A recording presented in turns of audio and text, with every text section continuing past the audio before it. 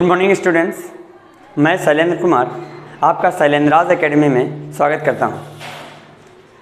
मैं आज आप लोगों को इंग्लिश ग्रामर पढ़ाऊंगा। अच्छा, इंग्लिश हम लोग जो लोग पढ़ते हैं, क्यों पढ़ते हैं, क्या कारण होता है? अगर एक अच्छी नौकरी आप लोग चाहते हैं तो आपको इंग्लिश पढ़ना ही पड़ेगा। जैसा कि हमें पता है कि इंग्लिश बैंक सेक्टर में आती है, जो एक रेपुटेटेड जॉब है, एनडीए में आती है, सीडीएस में आती है, एसएससी में आती है। ये एक ऐसी जॉब्स हैं जो रेपुटेटेड हैं। हम आरओ की ले लेते हैं, एआरओ की ले लेते हैं।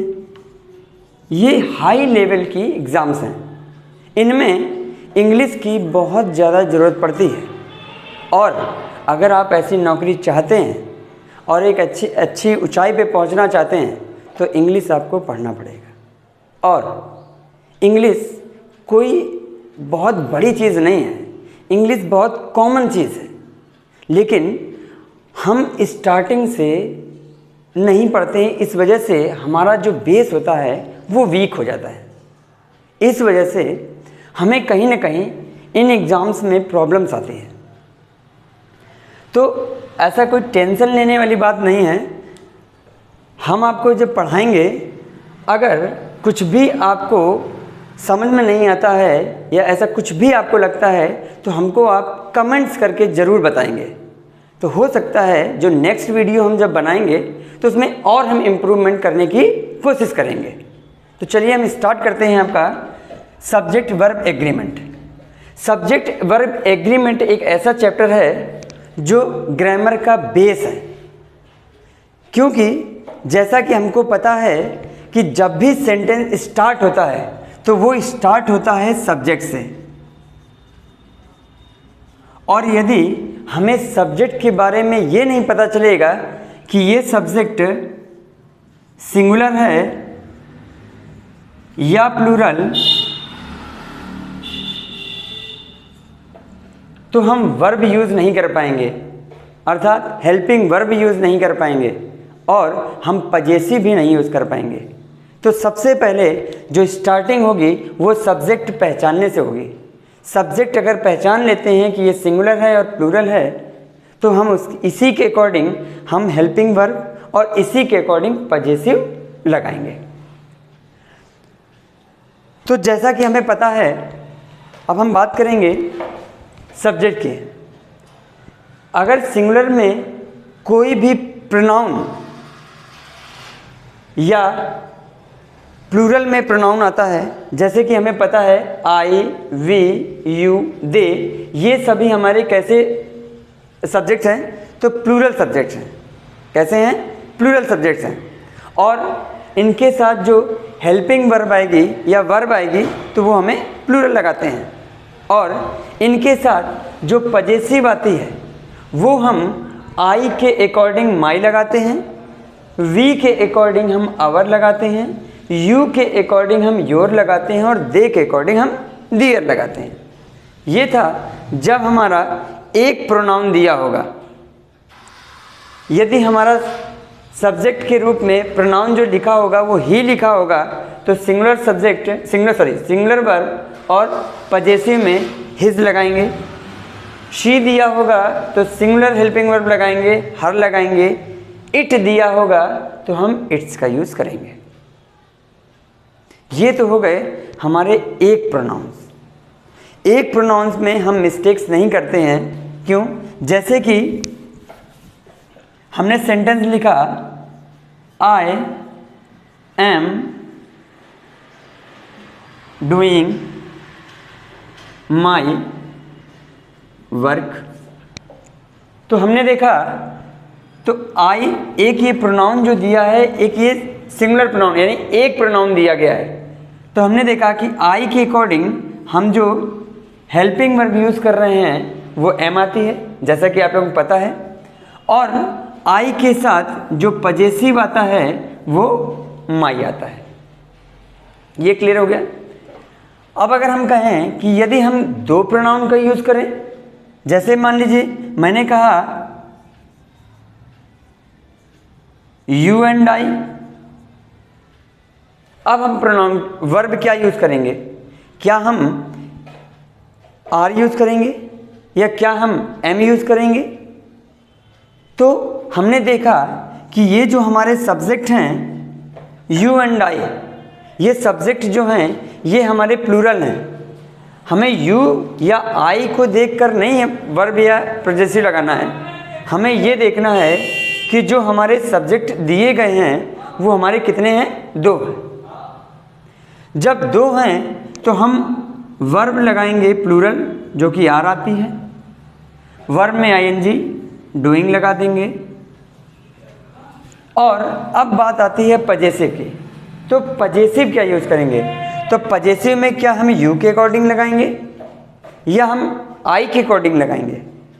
तो ना हम यू के अकॉर्डिंग लगाएंगे और ना हम आई के अकॉर्डिंग लगाएंगे। हम एक ऐसा पजेसिव लगाएंगे जो दोनों को कवर करता है। दोनों को कवर करने के लिए हमको ये समझना पड़ेगा कि ये जो प्रोनाउन, 2 जो प्रोनाउन लिखे गए हैं ये मिलके एक ऐसा कौन सा प्रोनाउन यूज़ हो रहा है जिनको हम इसके या इसके प्लेस पर रख सकते हैं। तो हमने देखा कि यदि हम इन यू और आई के दोनों को मिक्स करके अगर हमें कोई प्रोनाउन लिखना है तो हम वी लिख सकते हैं।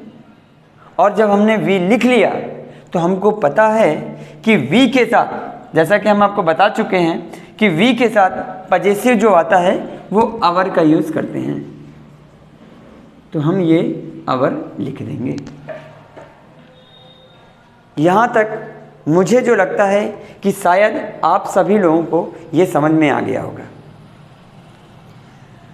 अब इसी प्रकार से अगर हम यू एंड ही की बात करते हैं तो इसमें पजेसिव क्या आएगा?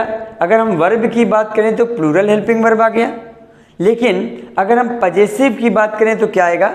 योर आएगा। अब ये आ कैसा रहा है? इसमें रटने वाली तो बात है नहीं कि हम रटें, रटना नहीं है।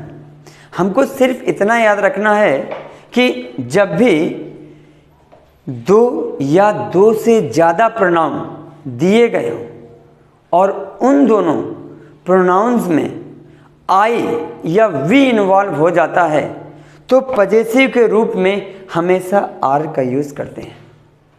क्यों? क्योंकि जब आई या वी किसी भी लिविंग थिंग के साथ या नॉन लिविंग थिंग के साथ इन्वॉल्व होता है तो वो हम में कन्वर्ट हो जाता है। आप एग्जाम्पल लेते हैं, जैसे आप अपने डॉगी के साथ घूम रहे हैं तो दूसरा कोई पूछता है और कहाँ घूम रहे हो? तो बोलते हैं हम जा रहे हैं, हम डॉगी को घुमाने के लिए जा रहे हैं। तो वो हम बन जाता है। 2 को मिलाने पर हम बनता है जब आई या वी इन्वॉल्व होता है।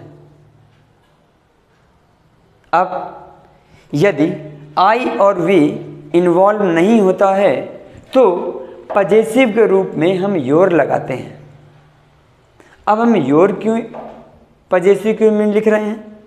पजेसिव में योर इस वजह से लिख रहे हैं क्योंकि जब भी यू होता है तो यू को हम बोलते हैं तो वो यू हमारे पास होता है और पास वाले व्यक्ति को हम ऑलवेज यू बुलाते हैं, चाहे वो एक व्यक्ति हो या एक से ज़्यादा हो। इस वजह से हम पजेसिव के रूप में योर का यूज़ करेंगे।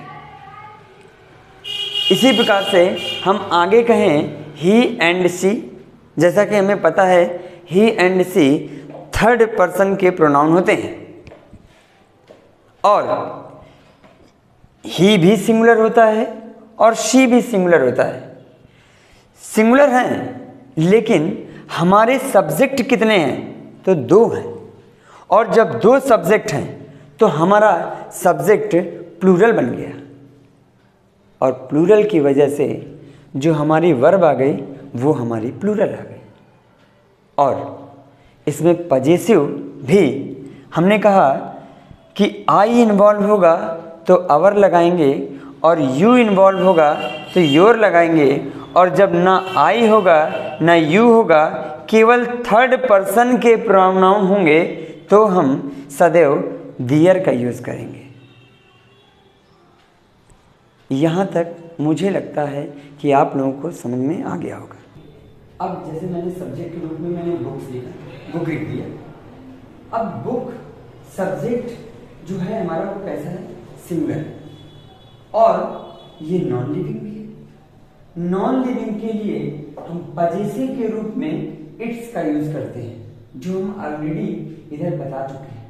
इट के साथ हम पजेसिव इट्स लगाते हैं। बुक के प्लेस पर यदि हमें प्रोनाउन चाहिए तो हम इट का यूज करेंगे। इस वजह से बुक के साथ जो पजेसिव आएगा वो इट्स आ जाएगा। अब अगर हम कहें कि बुक को बुक्स कर दिया, तो ये हमें देखना पड़ेगा कि बुक्स हमारा जो सब्जेक्ट है वो कैसा बन गया है। तो हमें पता है कि बुक्स यानी एस लगने से वो जो सब्जेक्ट है या नाउन है वो हमारा प्लूरल बन जाता है। और जब नाउन हमारा प्लूरल बन गया, यानी कि जो सब्जेक्ट हमारा है वो प्लूरल बन गया, और जब प्लूरल बन गया तो पजेसिव के रूप में हम दियर लगाएंगे। कई बच्चे होते हैं, मैं ऑफलाइन भी पढ़ाता हूं, तो मैंने देखा हुआ है कि बच्चों से मैं पूछ देता हूं कि बताओ बुक के साथ पजेसिव क्या लगाएंगे, तो बच्चे बोल देते हैं इट्स लगाएंगे सर, वो सही होता है। लेकिन बुक्स जैसे बोल देते हैं तो वो इट्स फिर बोलने लगते हैं।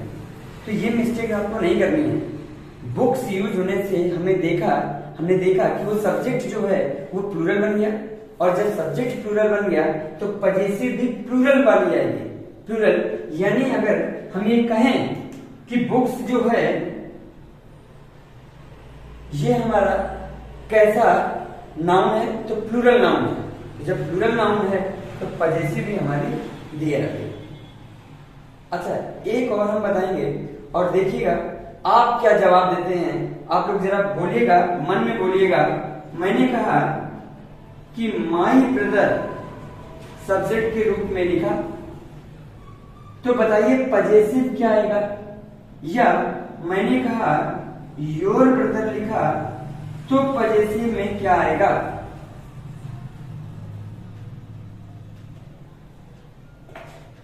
तो आप लोगों ने मन में बोल लिया होगा। चलिए मैं बताता हूं। शायद कुछ बच्चों ने शायद बताया हो कि सर यहाँ पे हम माई लगा लेंगे पजेसिव में, या यहाँ पर हम सर योर लगाएंगे पजेसिव में। तो मैं ये बता दूं कि जो भी नाउन लिखा होता है और नाउन के पहले जो भी पजेसिव लिखा होता है, उस पजेसिव का कोई मीन्स नहीं होता है, क्योंकि मेन जो हमारा सब्जेक्ट है वो माई या योर नहीं है। माई के साथ हम बता रहे हैं क्या, ब्रदर को। तो यहाँ पर सब्जेक्ट जो है वो ब्रदर है, और ब्रदर जो है वो एक व्यक्ति है, सिंगुलर व्यक्ति है। तो यहाँ पर जो पजेसिव आएगा वो हम हिज का यूज करेंगे।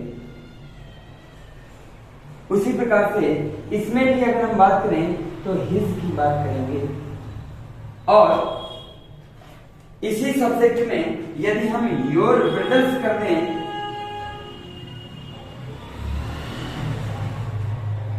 तो पजेसिव के रूप में हम दियर्स का यूज करेंगे। फिर मैंने बताया हम माई योर के अकॉर्डिंग पजेसिव नहीं लगा रहे हैं। हम पजेसिव के साथ लिखे हुए जो नाउन है उसके अकॉर्डिंग ही हम पजेसिव को यूज कर रहे हैं। तो आज के लिए इतना काफी है।